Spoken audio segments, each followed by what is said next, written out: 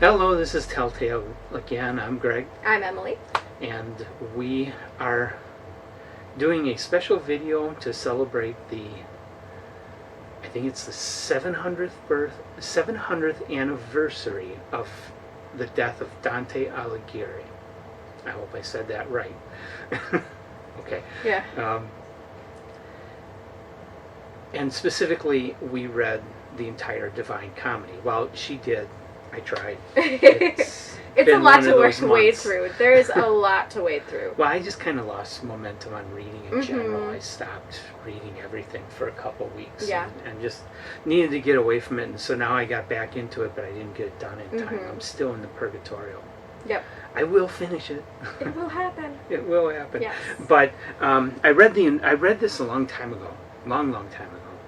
In paperback editions. Now I have the nice Barnes and Noble leather-bound edition, which is actually an English translation by Washington Irving of Legend of Sleepy Hollow fame. Oh, yeah. I don't know what your version, who translated yours. I can't remember. I found mine at a antique store for $10, and then I was afraid to touch it because you told me how much you saw it for selling for online, and I was like, people are selling it for $50 and more, the same condition. And I was like, well, yeah. Yeah, but it was a beautiful copy. Yeah, it was a beautiful copy, and I found it for like nothing. And I just really thought it was gorgeous. And it's kind of an interesting one because it's more of like, it's a large scale book. Yeah. It's not like thick, it's just tall and wide. It's a very unusual copy. And it has all the Gustave Doré illustrations. It has all this does the too, but they're smaller, of course. Yeah. So a little bit more difficult to see. But yeah, this has all the Gustave Doré illustrations, which I absolutely love. Gustave Doré. Gorgeous. He's done a lot of absolutely stunning, just beautiful illustrations for Divine Comedy and the Bible and the Rime of the Ancient Mariner. And the guy was made to be like an illuminator, for sure. He was made to be an illuminator. Yeah. It's just stunning work. Really brings it to life. I enjoyed the illustrations for sure. So we had beautiful copies to read. This book, of course, Dante lived way back in the 1300s and is the cornerstone of Italian literature after the Roman Empire. Yes. The Inferno in particular is the book, not the Bible, but the Inferno, that we get all of our visions of hell from. Yes. When people talk about, fire and brimstone and pitchforks and people weeping and wailing, it all comes from here. Yeah. Yes. This For is the most part, there's only crafted. What? Most of the Bible refers to Sheol, which is just death. It's just an afterlife. There's nothing fancy with it.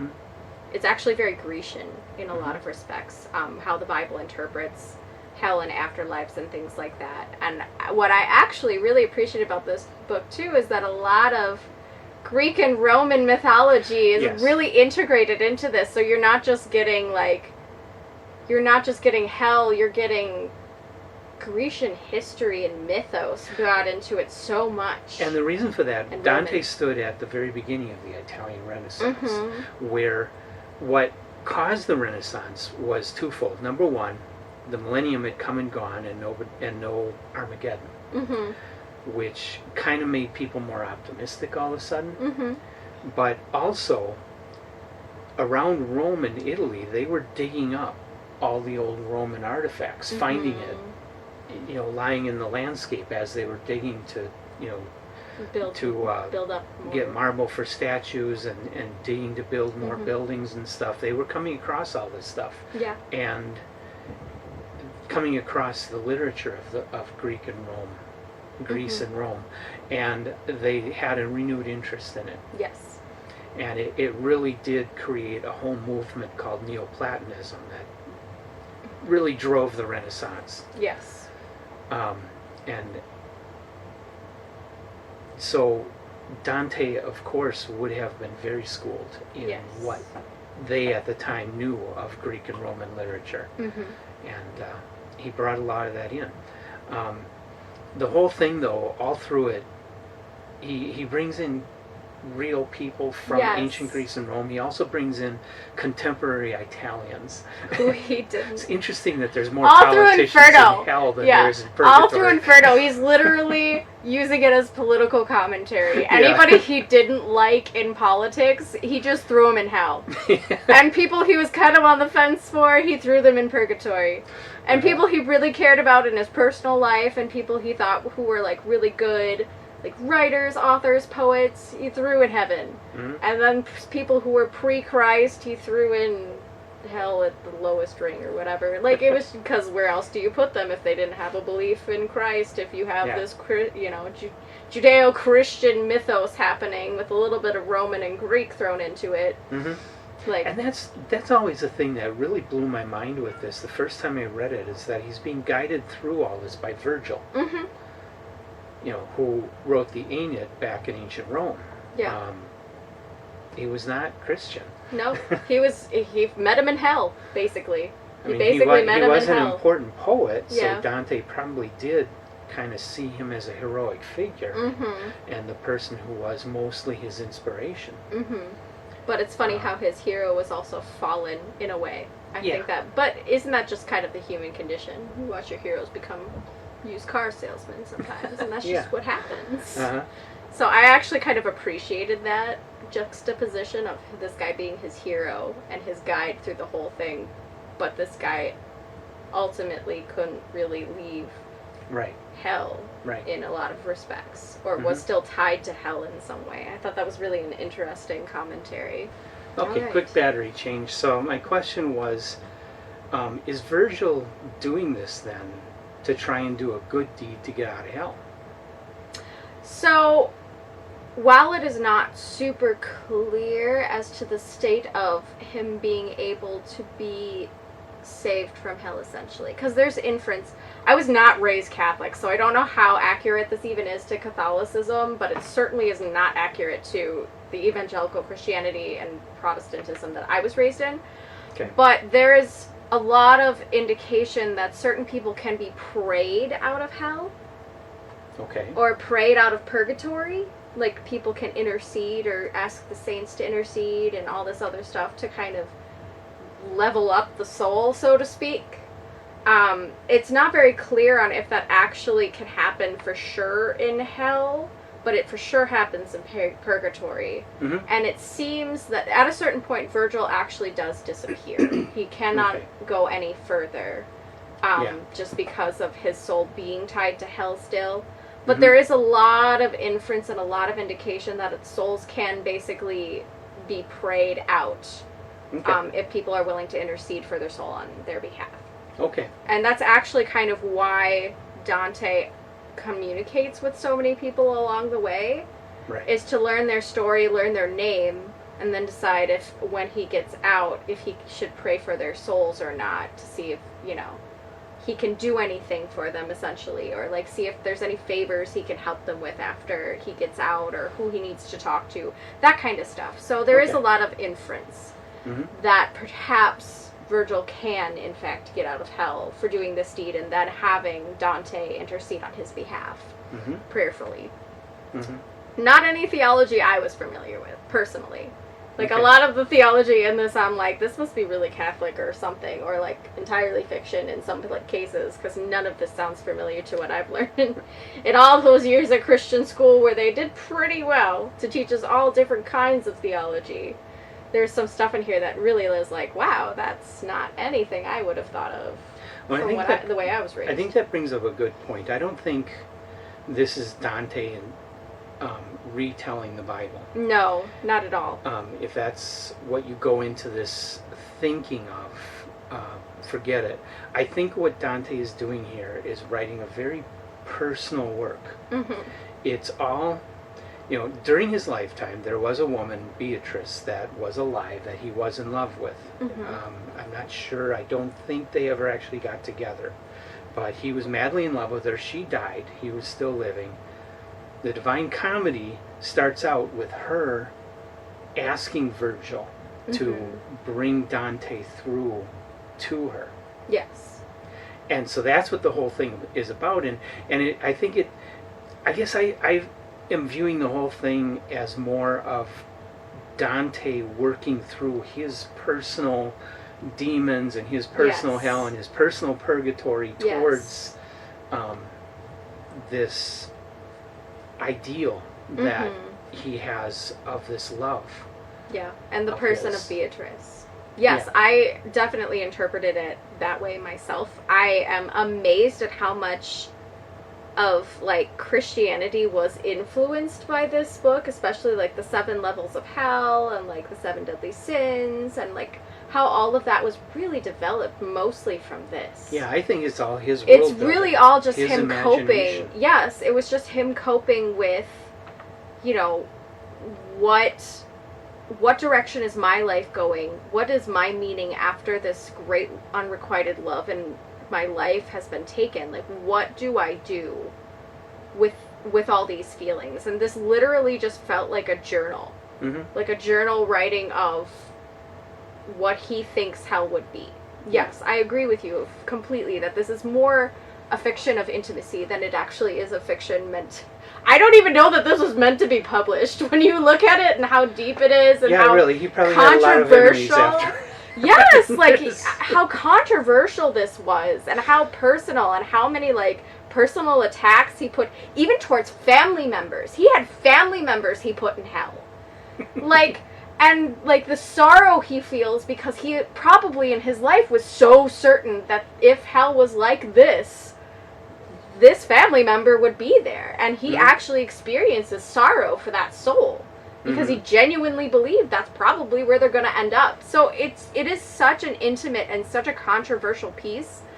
I'm surprised it was ever published. Yeah. Just because it was so intimate, and it was such a place of vulnerability, because he expresses so much of his feelings about death and dying, family members, political figures, non-political figures, people who are just common people that he probably heard of in the news or by rumor, who were real people. I also had to Google a lot of these people. I had no idea who half these people were when he started dropping names and stuff. Even some of like the old Roman myths. There's so much about Greek and Roman myth that I don't know. Okay. And so there were a lot of things that were brought up where I had to Google what the basic outline of that myth was and stuff like that. So it was very interesting. There's a lot going on in this book. Yeah. We could probably do a series of videos just of Well, this I'm sure. book in general. You know, our video here is very lightweight about this book. Yes. It's that deep of a book. It is so interesting. Kind of what I was talking about with Akatar, that, you know, the rest of the stuff on our top tales list is, you know, like this. Yeah. Stuff it that is incredibly really deep and has a lot of philosophy and a lot of personal observation and just goes far beyond just a simple adventure story. Yeah. It was really an incredible work. I have to say, of the 3 realms, Inferno is far more interesting than the other 2. Yeah. Although the part in Purgatory about Arachne, I love that was pretty cool. I did like that part. I actually had to look that one up too because I had no idea what that story was, but the artwork from it was amazing, and then I had to look it up because I was like, I need to know what this is. But there was a really cool illustration that paired with that one, and I really enjoyed that. But yeah, it was interesting too because like Purgatory just feels like an extension of hell. Which it must be, because when you think about it, Virgil was able to walk through Purgatory with him. Yeah. So it must be an extension of like lesser sins, essentially. Well, yeah. The idea is, you know, in hell you're unrecoverable. You're unrepented. You're going to be there forever. But Purgatory is like you're on the fence. Okay. You've done some bad things, but you're not a bad person, and you have the capability to then rise up to heaven. Yeah. There was a part 2 of a woman in Purgatory who was a nun, and I wasn't quite sure just because some of the language was a little bit more poetic and it was a little hard to understand. I couldn't tell if she was in Purgatory because she got raped or if she was in Purgatory because she fell prey to the sin of lust. Okay. But it seems like, so I had a moment there where I was like, I couldn't quite tell which way it was, but it felt very like, okay, well, I don't know that I agree with that theology. In some societies of the past, the two were the same. Yeah, it really didn't matter, and she was supposed to be a nun, So she was in purgatory because she had devoted her life to God, but she had this moment where she lost her virginity somehow. Mm-hmm. And I didn't quite understand for sure which it was. But that kind of bothered me. But again, it's one of those things that during that time, that's kind of how they felt about women. Yeah, adultery was adultery. But then also Renaissance Italy had a lot of hypocrisy. You know, they had laws in Florence that if somebody reported that you were homosexual, that you would be tried and killed. And usually they also threw that you were a witch yet, in there. Most of the leaders in Florence were homosexual. Yeah, they were pretty, at least bisexual, if not just homoerotic. You know, so there was a lot of hypocrisy. There were two sides to the story. There, yes. You know, a lot of, well, and I'm of a belief that throw somebody into a situation where they're supposed to be completely, what's the word, you know, never have any sexual feelings, and it's, you're just denying their true nature. Yeah. And it's a recipe for disaster. It's going to go wrong. I concur. So yeah, this book has a lot to unpack, and there's not enough lifetimes. I feel. Because there's just so much. Because there's the aspect of theology that you could talk about. There's the aspect of myth and history. And there's the aspect of his personal life and emotions. There's the aspect of just the political climate of what was going on when he was alive while he was processing all of this. And then there's the fantasy aspect where he's just making this fantasy fiction. So there's at least... Yeah, if you just off the top of my head, 5 different aspects that could be reviewed. If you just want to read an old fantasy story, I mean, you can look at it from that aspect. It really is good that way. Forget about all the religion and just concentrate on all the weird stuff going on. Yeah, you know, it's there's really so many cool. levels you can read this at. Yeah, it is really cool, and I appreciated it because I did just come at it from the fantasy and like the Greek Roman myths. Like I do have some background in like some religious theology and stuff, but for the most part, this was so above and beyond all of that because it had such great world building and such a great fantasy aspect, and it integrated. There was so much allusion to other stories. There was so much allusion to other parts of history, and there was so much allusion to personal things that you just knew. Like, he had so many great POVs that were beautifully poetic that I just really enjoyed a lot, just feeling with him. This book is such a dynamic book. It has so many facets to it. We couldn't do it justice in one video. We were actually saying that before. Like, we could never do this video, like, in a short amount of time, give how amazing this book is and how many different levels, not just, you know, the levels of hell and heaven. And that was another thing, too. Heaven has levels? What? In this. I get, because as a matter of fact, people have tried to draw maps of his universe, and it's so complicated. It is. Some people have succeeded, but it's very confusing how it's supposed to be. Because thinking of it from our three-dimensional standpoint, it just doesn't work. I like that hell gets colder the farther down you go instead of being this actual inferno. Well, and the fact that they go down but come up to come out to purgatory. Yeah. You sit there and go, you think about that mathematically, and it's like, wait a minute. How does that happen? Yeah. This thing's a Klein bottle. Portals. Wormholes. It's very bizarre, and that has resulted in a lot of people giving a lot of thought, trying to figure out the exact geographics of this whole universe. Yes. And it's been confusing to a lot of people. Yes. It is a very interesting thing to ponder. And of course, the illustrations just pair so perfectly with it. It's so nicely done. This is a phenomenal work. And it has, the reason it has stood the test of time so well and integrated so well in philosophy, theology, well, all these other things, is because of how much it just understands the basic human condition. Like, it is a very human book. This is a very human person dealing with very human fears and thoughts about what heaven, hell, and purgatory look like. And who's going to be there, and how they, as a person, are dealing with the emotions of that. In some cases, they're not surprised. In other cases, they're horrified to know. Like, Dante is horrified to consider that certain people are in certain places in this book. and it just bewilders him, and it's so interesting. It's just a phenomenal work. But it is, I mean, he wrote it when he was alive, of course, so he hadn't already gone through hell, purgatory, and heaven. This was really a personal journey within his mind and his thoughts and his feelings. It's a personal spiritual journey. It is set down in writing. Yeah, and I think that's why so many people want to accept it as fact, because that makes sense to them in their own minds too.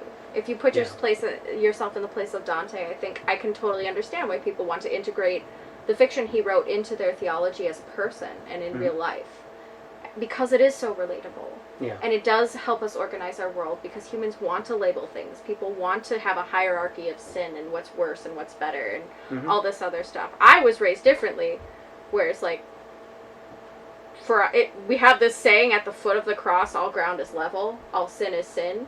So the thought of anything having levels like this is very foreign to me, but I loved the way it was organized in the world building, and I can totally see how people would want to attribute this to their own personal theology about their religion, instead of just taking it as a work of fiction. Because it's easier to swallow than just thinking people just go to hell and people just go to heaven. You know, and not having, not knowing what those are. This definitely basically hands you a theology on a silver platter, and I definitely think people were comfortable with that. Well, they at least accepted it. Yeah. I don't think the Inferno is a comfortable... No, it's not comfortable in the context of... It's not comfortable in the context of knowing that maybe someone you care about is there. But it's comfortable in the context of knowing that people you don't like get punished. Yeah, well, but I mean, Dante gets pretty graphic. He does, yes. But for some people, they are that vicious. And they're really okay with people they hate being there. Yeah. So it's really an interesting work. There's so many different ways to analyze this. I could go on for days with all the stuff that I just picked up. Yeah, well, and we're not literature experts or religion experts, and so I guess we encourage any comments on calling us buffoons or correcting us or making points or or expanding on what we've said, whatever. Is there a professor who has a class just about this book? Well, I'm sure there is. Please send me a link. I would listen to those lectures. Absolutely. Yeah. This is a really amazing. There's so many different ways to deal with this book, and so many ways to read it and look at it. I think it just caters to so much, and I think that's why it's become such a timeless work. Yeah. So that's all I got to say unless you want to. That's all I can say. I know. Without. That's all I know. I know. There's not. I just have personal commentary, and that's all there is. But I could go on, but we don't have enough lifetimes. Or in a battery life. Yeah, seriously. So. We burned one out. But yeah, of course, let us know what you think of the Divine Comedy. Hit us up with questions, comments, concerns, snide remarks. We take it all. But be nice, please. Don't be mean. And come back and watch us again. Like and subscribe. Give our simple reader's perspective on other, who knows what next. I know. We're winging it now. Yeah. I'm excited to see what we come up with. The schedule out the window, and we're just going to do whatever fits our fancy at the moment. Because we're wild and free. So, you'll be just as surprised as we are. Like and subscribe, and we'll see you next time. Bye. Bye.